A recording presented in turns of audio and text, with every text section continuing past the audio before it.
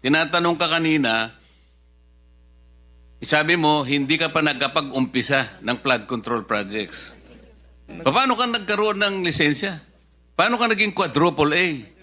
At lalong mahalaga, paano ka nasama sa 15? Gumawa ka na ng flood control project. Gumawa na tayo ng flood control project. O ngayon gumawa ka na naman. Ano ba talaga yung totoo?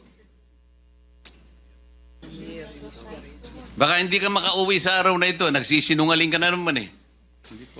Ang sinabi ng Pangulo, kasama ka sa 15. Tama, Mr. Huwag Chair. mong mamaliitin ito. Pagkatas dito, aartihin mo kami, sasabihin mo, hindi ka pa nagumpisa ka isang hardware. May problema dito eh.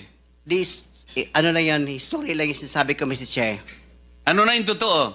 Yung totoo, may lisensya na tayo na quadruple A ngayon. O ngayon nga, ngayon meron ka ng quadruple. Yes, Mr.